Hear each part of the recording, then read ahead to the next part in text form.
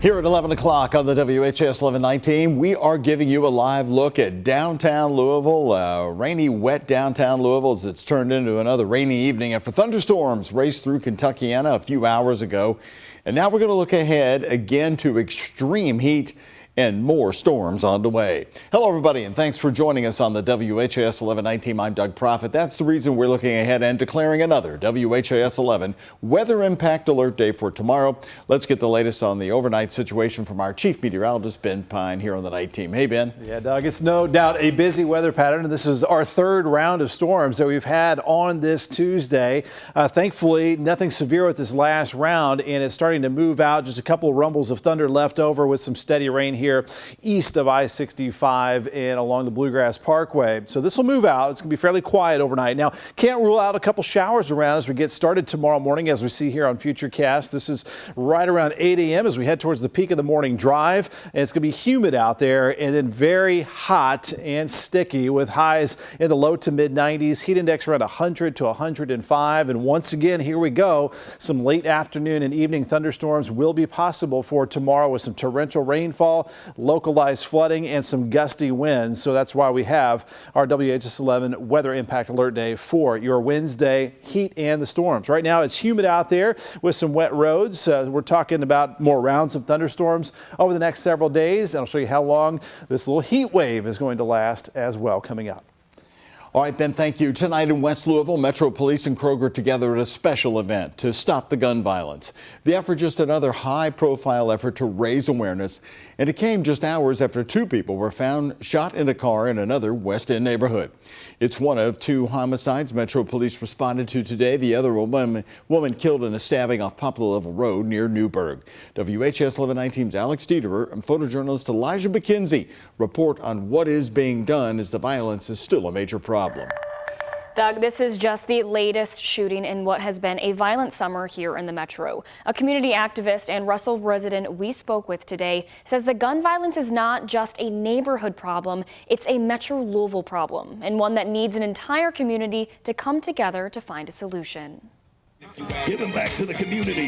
In the Kroger parking lot at 35th and Bank, a DJ, balloon animals, all courtesy of Metro Police and Kroger. We go to every community throughout the city, and we let them know that we're here. So we want everybody to know that their community is just as important as any other one. It's a show of solidarity to stop violence. Violence that happened not too far away again this morning. On 15th and Jefferson in the Russell neighborhood, two men were found shot in their car in broad daylight. Just down the street, JCPS was handing out clothes to students ahead of the school year. That's very unfortunate that death was taking place when life was trying to be furthered on with trying to get kids back to school. So it's a tragedy all the way around. There have been over 50 shootings in the Russell neighborhood so far this year. Very disheartening. Longtime Russell resident and community activist Jackie Floyd heard the police sirens Tuesday morning. She says she sees her neighborhood as a safe place. Is there a possibility that people are coming from the outside and creating this havoc, trying to make my neighborhood unsafe? Floyd says the gun violence is not a neighborhood issue, it's a Metro Louisville issue. The violence is just not happening on this side of 9th Street. It's happening all over Metro Louisville. We have to start when the children are younger. We have to make sure that people are earning a livable wage. We have to make sure that their mental health needs are being addressed. Back at the Kroger, it's a simple but high-profile way for police to bring awareness to the violence right to the street corner. LMPD says at this time there are no suspects from this morning's shooting at 15th and Jefferson Street. But if you have any information about this incident, please call the anonymous tip line. That number, of course, is 574-LMPD. Doug? All right, thank you, Alex. West Louisville not the only scene of violence today in Jefferson Town. Police are investigating a double shooting that left one person dead. It happened around 10:30 this morning at home on Old 6 Mile Lane. J-Town Police Chief Rick Sanders tells us officers discovered a man and a woman shot inside the home. The man died while the woman was taken to the hospital. Investigators are still working to figure out what happened there in J-Town.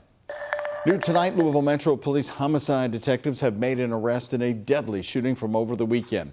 Adrian Lee Burdett is charged with murder and possession of a gun as a felon in connection to the shooting that happened near 10th and Broadway on Saturday. In court documents, investigators say Burdett was recorded on surveillance video shooting the man who died at the scene. Detectives say Burdett also admitted to the shooting. New today, a high-ranking married couple at LMPD accused of sexual harassment in one lawsuit has now filed their very own lawsuit against the city. Major Shannon Lauder and Lieutenant Jeff Lauder accuse LMPD and the Louisville mayor of negligence in creating a hostile work environment. Our Ian Hardwitt has been going through the claims. I think those allegations are ridiculous. Louisville Mayor Craig Greenberg dismissed the allegations he was negligent for hiring former LMPD Chief Jacqueline Gwynn Villaroel.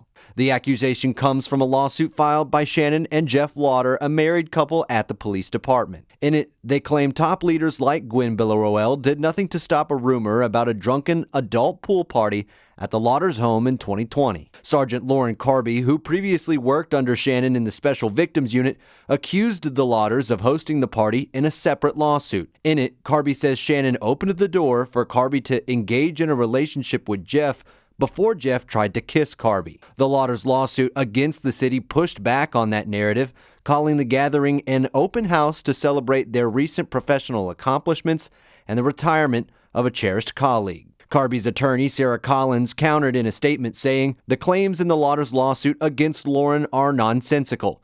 LMPD has a history of covering up misconduct of high-ranking members, including sexual harassment and other misconduct by Major Shannon Lauder and Lieutenant Jeff Lauder. The lawsuit detailed other alleged mishandling of harassment complaints. The Lauders claim in March 2021, former Chief Erica Shields told Shannon she wouldn't be dealing with harassment if she were, quote, fatter and uglier. The couple also claimed LMPD mishandled internal investigations into them, outlining those complaints in a letter that passed from Gwynn Villaroel's office to the mayor's.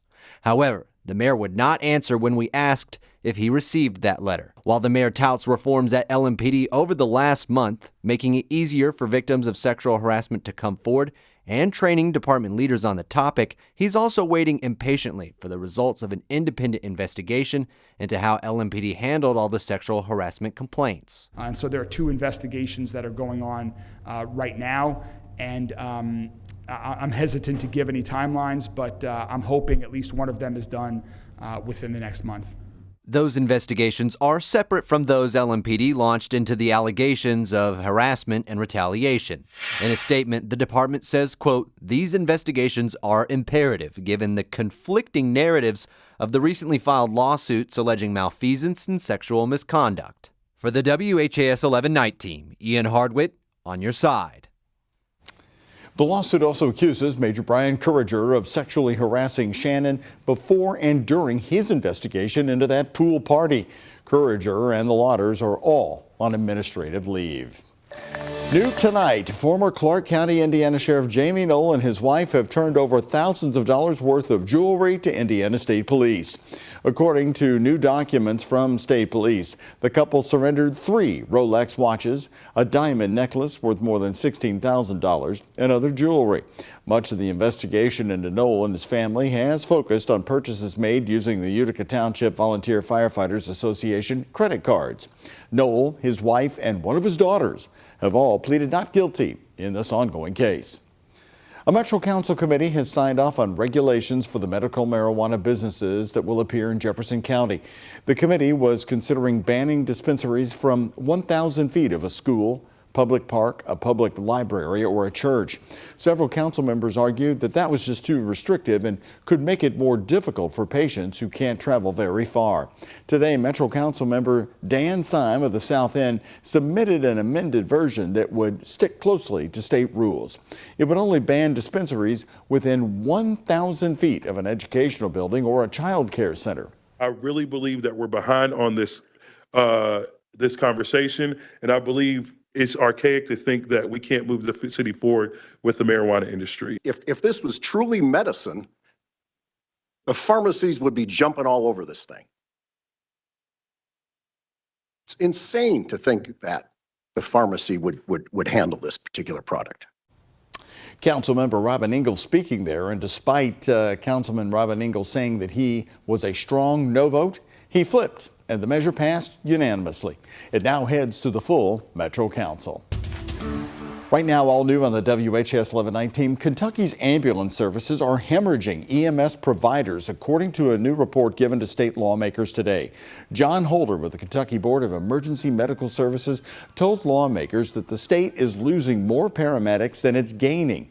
Holder says there are some agencies that don't have enough paramedics to even staff the ambulances. Only 40% of our providers are now affiliated with the service. So that means that less than half of those who are certified are actually going to work on an ambulance and treat members of their community. It truly is a crisis. I mean, we have services that are going to shut down if we can't find a solution to this problem. Holder said they've tried to change some rules and regulations to make it easier for providers, but many are still leaving because they feel stretched too thin.